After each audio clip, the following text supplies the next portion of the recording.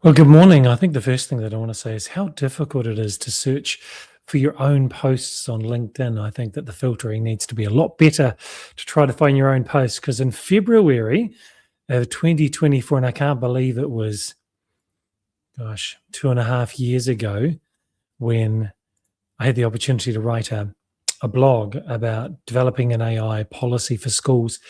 And around that time, there were not very many examples at all in New Zealand and Aotearoa and Oceania. It was very difficult to find an example of a school, of an institution that actually had an AI policy. So I had to really do a lot of deep Google search. And at that time, we didn't have AI-enabled searching, and ChatGPT was just a baby. And so the search was not fabulous, of course, because it was trained on old data.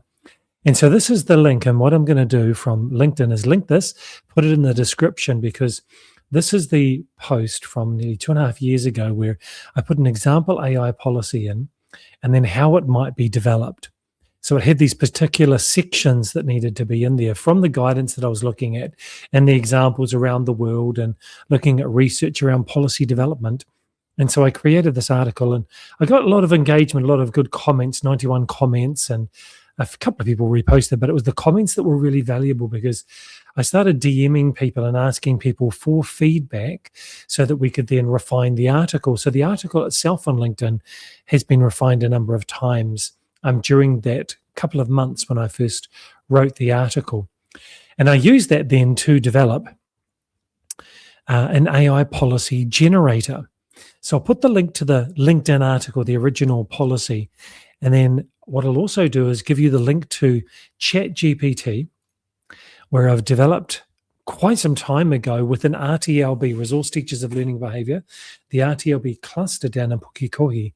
We worked together to develop what a policy should look like and a set of instructions around that and some example legislation or regulation that should be included in it.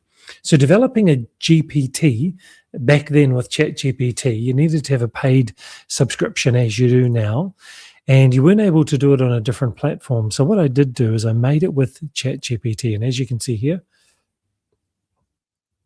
in the configure window, we've got a name for it, we've got a description, we've got a set of instructions, which I'll make bigger, which really follows the framework that I always use, the tell it framework of tell it who it is, tell it what you want, tell it how you like it, in terms of structure and perspective that it's taking. And then we've got some policies and example guidelines that I uploaded here at that time.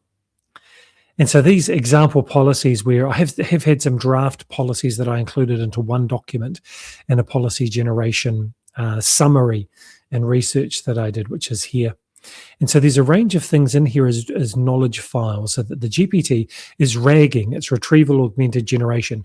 It's looking at the documents to pull and augment what it's creating for the user. So to just give you an idea of what this looks like, I'll drop the link to this, and now you know what it looks like in the back of it and the instructions, the creating of it. I'll share the link to this. It means that you cannot edit it, but you can use it. So here's what you can do. I'm just going to zoom in for you. So here's the AI policy generator. If I type in here the name of Summit Institute, and this is all you need to do, is type the name of your school. So I'm just going to lower the banner so you can see the bottom of the screen. So I'm typing the name of my institution, Summit Institute, NZQA approved institution in New Zealand with New Zealand's only AI micro-credentials approved by NZQA. I'm just going to now hit the go button, and this is all you need to do to draft a sample policy that's specific for your institution or your school. And then what you can do is sit down with your senior leadership team and then sit down and get advice from staff and present it at a staff meeting and get feedback, and then meet with the board and look at other policies that you may have out there given to you by other principals, leaders of institutions in your local area, across the country, need guidance from your Ministry of Education, whether you're in New Zealand or whether you're somewhere else in the world. And you can see that the policy has the name of the institution here.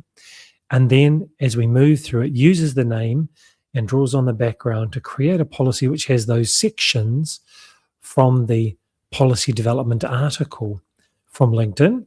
and based on good advice and good practice. As we scroll through, we've got some definitions, some guiding principles, appropriate use, what's permitted and not permitted or prohibited, what integrity means in the AI environment, and then moving through to data security and privacy. And then as we keep scrolling through, fairness and bias, because remember the training data for AI and large language models lacked diversity. And so now that it's searching online at the same time, often ChatGPT, Gemini, Perplexity, for example, it's an AI-driven, empowered search engine. It's looking online all the time to find the latest references. So this is really well structured. And also it links to other policies that you may have in the institution, which is why you need to quality assure it. Yeah. So it has other policies that it may connect to, and then legislation. Now, in New Zealand, we've got a very active Minister of Education, which means that our legislation and our regulations are changing month by month. And so this legislation box is an example of the types of legislation that may be appropriate. Now, Education and Training Act is being reviewed now and recently being reviewed. And so you'll need to look at these and find the latest versions of the legislation or regulation and put it in here, and whatever is specific to your particular environment. And then as you do at the end of a policy, when you ratified it, you finish this section. Yeah. So what you might like to do is at the end of it, if you've got a paid subscription or a free subscription, depending on how much of ChatGPT you have used in the last 24 hours, you can then say, yes, give me a Word document to download, and you can download it, edit it, and make it your own. So do quality assure it. That's really important. Make it your own. And what I'll also do is I'll put the link to a Gemini GEMS version. So I've got a GEM version. For those of you who are in a Google environment, you can use the Gemini GEM link. It's got the same set of instructions, slightly tweaked for the Gemini environment, and it has other sample policy documents as well in there. And that'll generate a policy for you that's draft. Of course, everything is draft. The human is in the loop. The human is in charge. We need to quality assure it, make sure it's authorized by the right bodies, and then we release it into the wild to guide what we're doing. And then in terms of the policies on AI, I strongly suggest that you have a 6-month review date for your first version. Then you may move to a 12-month review date. Then you might move to your regular review cycle. The reason for having a 6-month review date for the first version is because things are changing really fast with large language models and what people know about AI too, and what they're doing with AI. So really important to just make sure that you have that as a really close review date for your first version. Secondly, if that wasn't enough, and we're hitting 8 minutes now, so I'm trying to keep this short. If you already have a policy that you think is working for you, you can, with this ChatGPT AI policy generator, you'll notice it also says reviewer.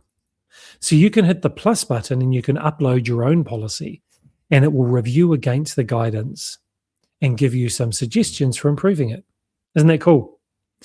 So this is something you can use for free, hopefully improve your practice. So I'm Craig Hansen from Summit Institute, and look forward to engaging with you in person or through AI training. In the description, there'll be the links to all of these things that I've said, and also some opportunities to increase your learning in AI and make you more effective. Thanks for watching. Please do hit subscribe and like so you don't miss out on future videos, and these gain a wider audience that other people see and get help as well in this environment.